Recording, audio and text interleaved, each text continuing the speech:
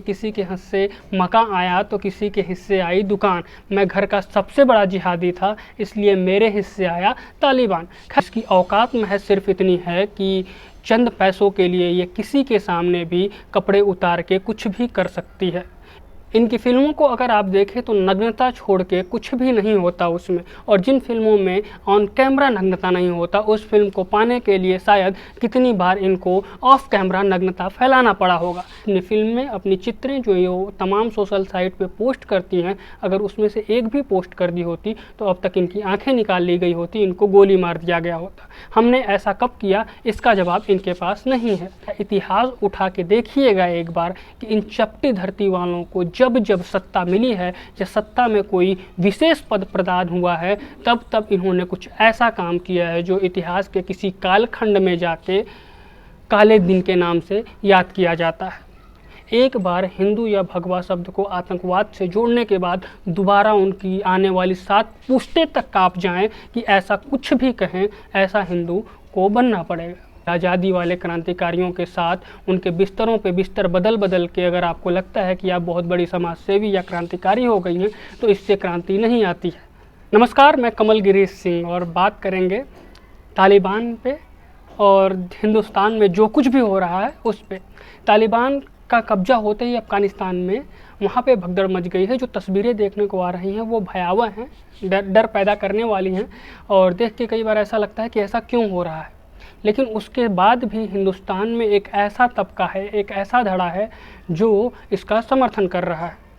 फिर वो सपा के नेता हों या फिर मुनव्वर राना जैसे लोग। मुनव्वर राना जैसे लोगों को मैं क्या बताऊं, इनको हिंदुस्तान ने वो सब कुछ दिया जो इनको चाहिए होता है, और ये आते हैं और फिर तालिबान का समर्थन करते हैं। कहते हैं वहाँ पे शरीयत कानून लग जाएगा, जन्नत नसीब होगी, वो जगह जन्नत होगी। जब इनसे ये कहा जाता है कि भैया आप उस जन्नत में चले जाइए और वहाँ पे रहिए, तब इनकी बोलती बंद हो जाती है, क्योंकि फिर उनको हिंदुस्तान सबसे प्यारा लगने लगता है। इनकी बेटी हर रोज़ टीवी पे आती हैं, सरकार को गालियां देती हैं, सरकार की नीतियों को गालियां देती हैं, उसके बाद भी इनको शरीयत कानून चाहिए। भूल जाते हैं कि ये वही तालिबान है जब पहली बार इसने अफ़गानिस्तान पे कब्जा किया था तो इन्हें टीवी, गाना और संगीत जैसी चीज़ों पे बैन लगा दी थी, और इसके लिए बाकायदा सज़ा मुकर्रर की गई थी। फिर मुनव्वर राना जैसे लोगों से ये पूछना पड़ जाता है कि आखिर आप फिर इस स्वर्ग में जाके क्यों नहीं रहते, उस जन्नत में जाके क्यों नहीं रहते जहां शरीयत कानून लागू हो रहा है। मुनव्वर राना जैसे लोगों के लिए तो सिर्फ मैं एक ही शब्द कहना चाहूँगा, या उन्हीं के अंदाज में मैं उनको जवाब देना चाहूँ तो मैं ये कहूँगा कि किसी के हिस्से मकान आया तो किसी के हिस्से आई दुकान। मैं घर का सबसे बड़ा जिहादी था, इसलिए मेरे हिस्से आया तालिबान। खैर, ये लोग जब बोलते हैं तो एक बार को समझ में आता है कि इनका एक एजेंडा है जिस पे इनको काम करना है, इनका शरीयत कानून है। फिर मरने के बाद 72 हूरों के पास भी तो जाना है, जन्नत में जाके वो जो 72 हूरें मिलेंगी वो भी तो इनको चाहिए। लेकिन इन सब के बीच में जो सबसे खतरनाक मुद्दा निकल के सामने आया वो आया स्वरा भास्कर सा। स्वरा भास्कर ने ट्वीट करके हिंदुत्व को तालिबान से जोड़ दिया। उन्होंने कहा कि हिंदुस्तान में हिंदू आतंकवादी जो कर रहे हैं उससे तो तालिबान फिर भी ठीक है।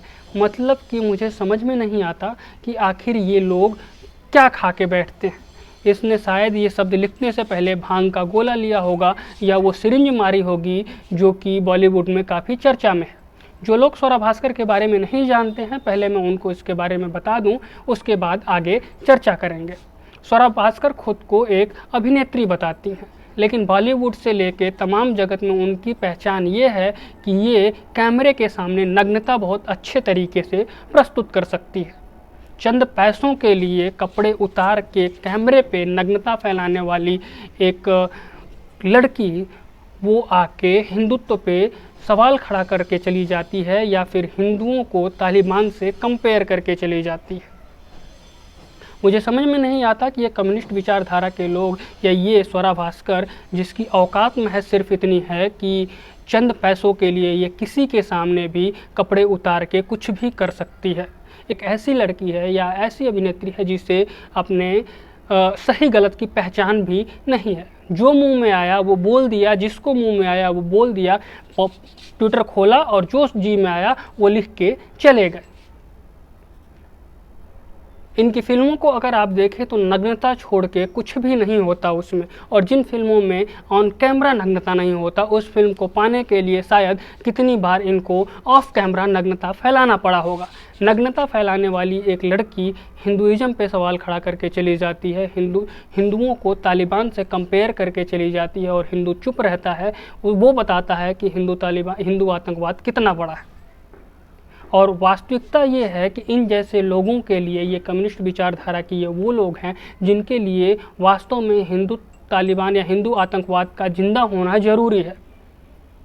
इनको मैं बता दूं कि यदि हिंदू आतंकवाद होता तो ये जो शब्द ये लिख पा रही हैं, शायद ये लिखने के बाद फिर दोबारा कुछ भी लिख नहीं पाती।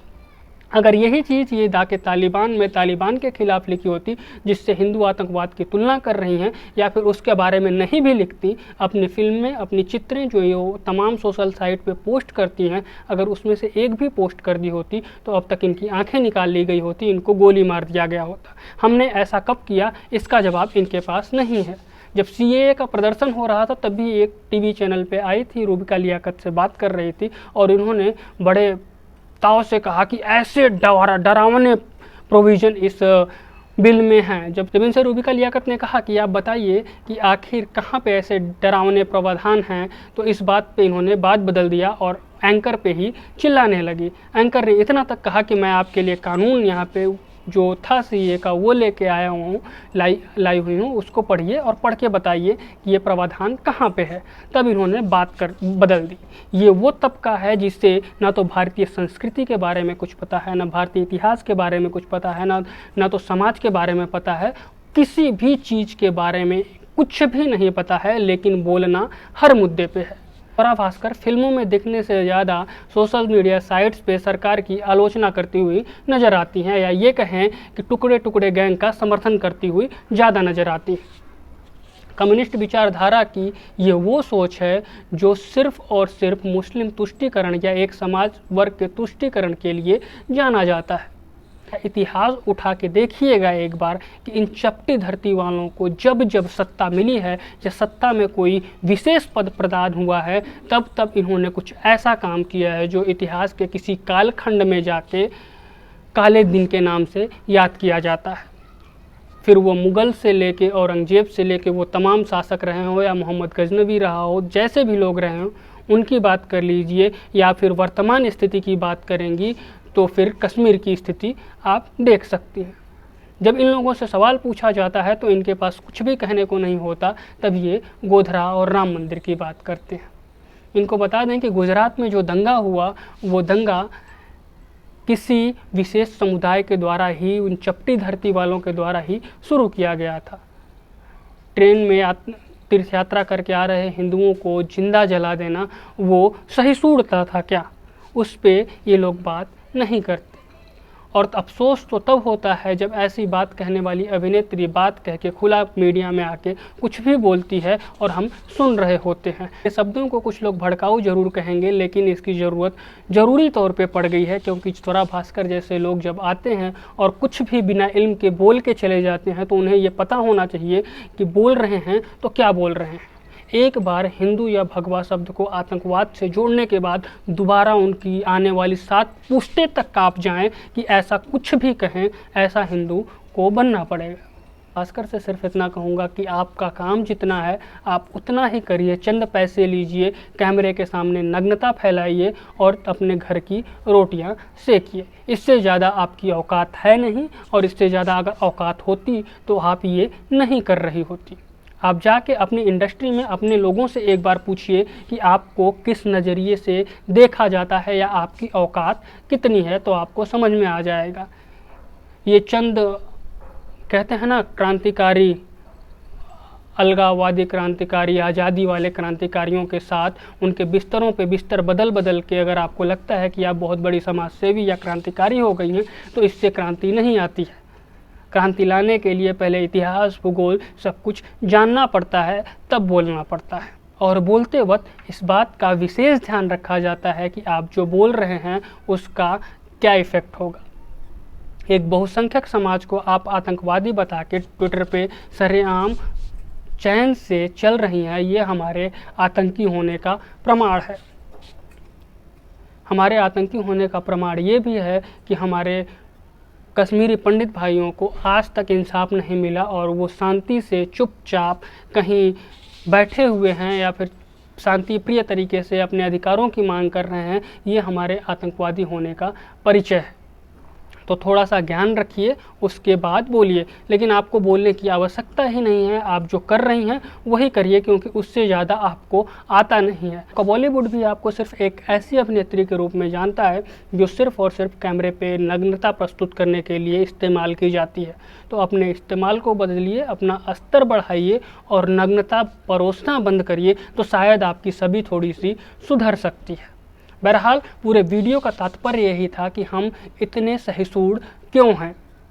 हम इतने सहिष्णु क्यों हैं कि कोई भी आदमी कुछ भी आता है, अनपढ़, गंवार, जाहिल, जिसे किसी एक शब्द की जानकारी ना हो और कुछ भी बोल के चला जाता है। ये सहिष्णुता आखिर हमें कहाँ लेके जा रही है?